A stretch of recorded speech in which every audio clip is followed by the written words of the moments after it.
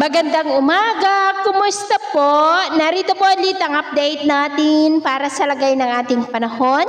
Ngayong umaga po ng May 8, 2025. Sa ngayon po ay easterlies ang dominanteng hangin na umiihip po ngayon dito sa ating bansa. Ito po ay mainit na hangin na mula sa silangan o dyan sa may Pacific Ocean na nagre-resulta rin yan ng pagkakabuo ng mga localized thunderstorm na dahilan ng mga isolated rains, lalo na po yan sa dakong hapon, gabi at madaling araw. At sa ating long-range forecast, wala naman pong bagyo na namamataan na tatawid sa ating kalupaan for the next 5 to 7 days.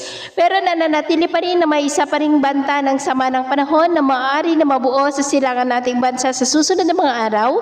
At ang development pa rin yan ang ating babantayan kung matutuloy po o hindi. At sa lagay ng ating panahon, ngayong madaling araw ay maayos ang panahon sa malaking bahagi ng ating bansa pero may tsansa pa rin ng mga isolated rain sa may coastal areas ng Quezon, Lobo, northern part ng Palawan, Calapan, Masbate, Camarines Norte, Siargao, Davao Occidental at Zamboanga. At mamaya ay sisikat ang araw sa malaking bahagi nating bansa pero may tsansa pa rin ng cloudy skies with isolated rain sa ilang bahagi ng Aurora, Bataan, Lobo, Infanta, Romblon, Catanduanes, Zamboanga at Basilan. At mamayang hapon, mas maraming lugar ulit ang makakaranas ng cloudy skies with isolated rain sa iba't ibang bahagi ng ating bansa. Kaya mag-ingat po tayo.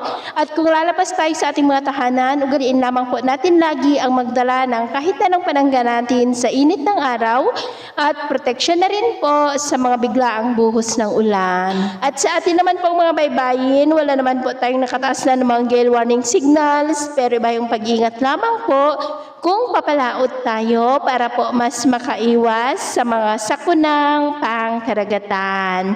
So, ito lang latest update natin sa araw na ito. At ang pumili si James na nagsasabing sa kahit na pagsubok po na darating sa ating buhay, huwag po tayong mawawalan ng pag-asa. Thank you and God bless!